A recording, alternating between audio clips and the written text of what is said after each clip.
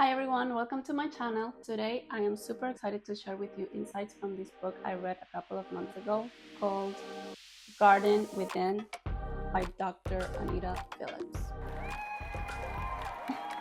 This book blends faith and mental health, and it gives you practical ways to nurture your emotional well-being. So with that said, let's dive in.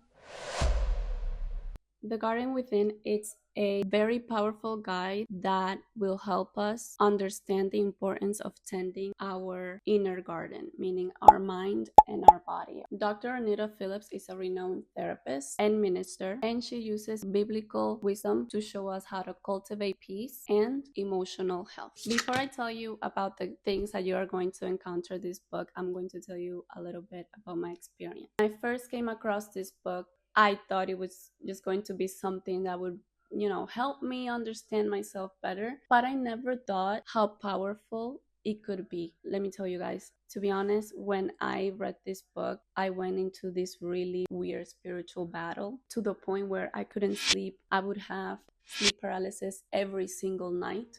I'm not kidding. And I even did like a little experiment to see, test things out.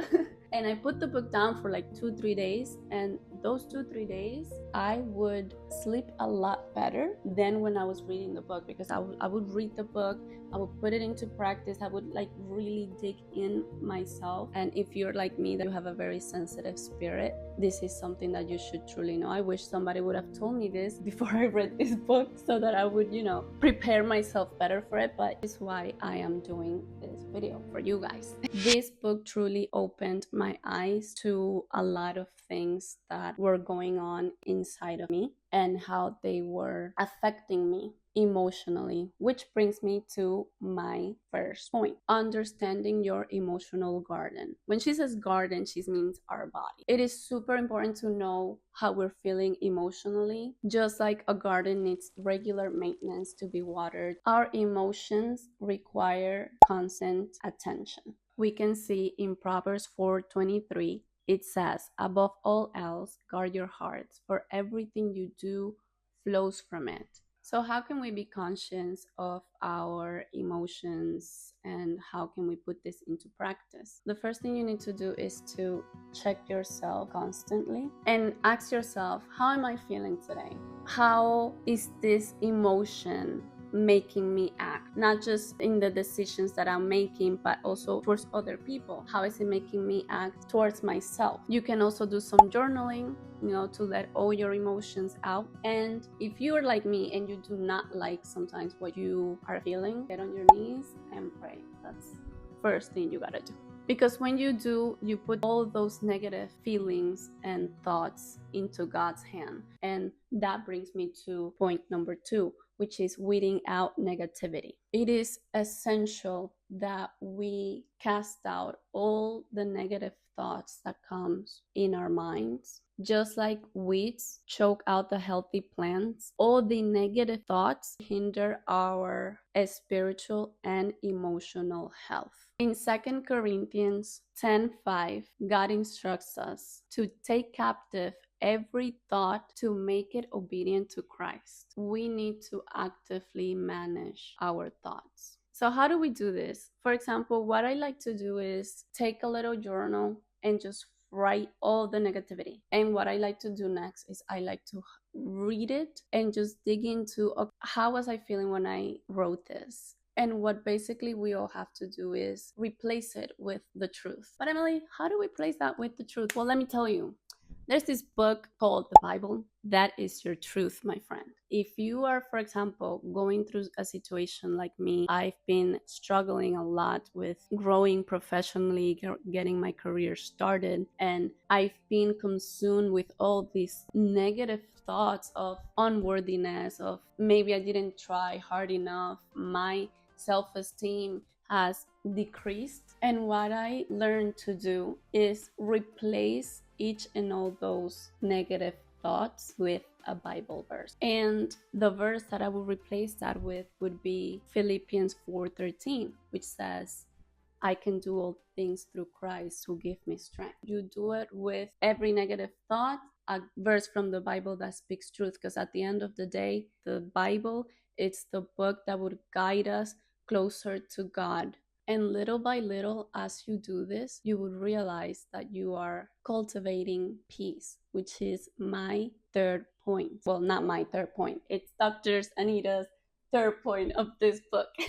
So, Dr. Anita tells us that we need to cultivate peace in our life. Peace is not something that just happens out of the blue. No, peace is something that you need to constantly work for. Peace, it's something that you can lose quickly. You know, somebody tells you something on the street and you already like about to, get down.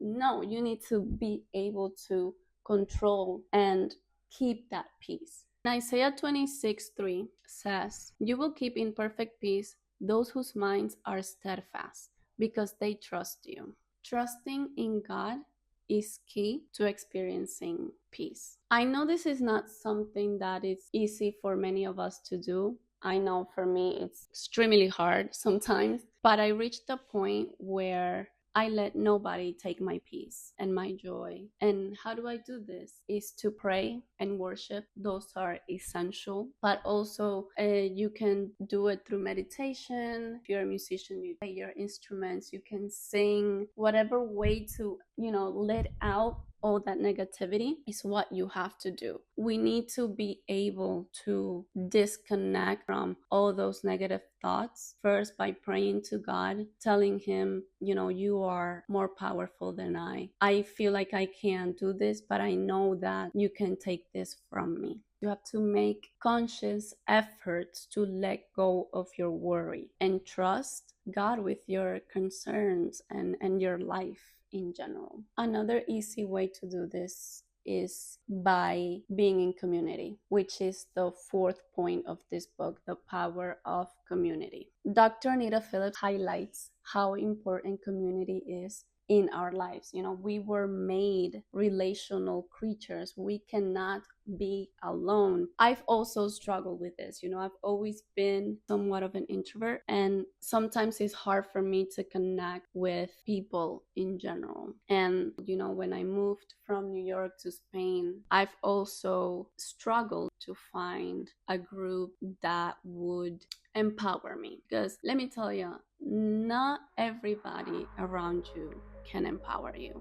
Just look how people around you are living their life. Just look at all the things that they're going through, and you can encourage those people, but sometimes those people are meant to be there so that you can encourage them, but not so that you can be a part of them. I might be getting myself into some trouble here, but it's the truth. I found myself surrounded by people who, like at that time for me, when I was in my rebellious state, party, drinking, boys here, boys there. And there came a point when I was so tired of it that I was like, I don't have the energy for this. Like, I need something more in my life. And I realized that these people would be stuck there. I went into my introvert mode again, and I just disconnected, and I struggled because I didn't even go to find people that were different, but I truly isolated myself. And that is something you should never do, because it's very endangering for your heart and your emotions. Yeah, you can feel like, yes,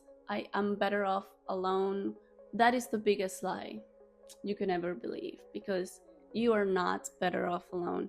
You need people around you, good people, that, as Hebrews 10:24-25 encourage us, it says, "And let us consider how we may spur one another on towards love and good deeds, not giving up meeting together, some are in a habit of doing, but encouraging one another." Pick people from your church, from your work, people who have your same belief system. And if those people don't have the same belief system, just make sure that they are able to encourage you in other ways, if not spiritually, but they give you support. Because the power of community is supporting each other in all shapes of form, supporting each other through the storms, through the happy moments, through everything. And we have to ask God to give us wisdom, to choose the right people, to put the right people in our path so that we can have a truly powerful community. So, to sum up, the garden within is a treasure of wisdom for anyone seeking to improve their emotional and spiritual health. By tending to our inner garden, meaning our bodies, we are going to be able to find peace and joy. With that said, thank you for watching, and if you like this video, please don't forget to comment, like, and subscribe, and share it with all your friends. And don't be shy, leave a comment below if you have read the book or if you have any other books that you would recommend. Thank you. See you next time.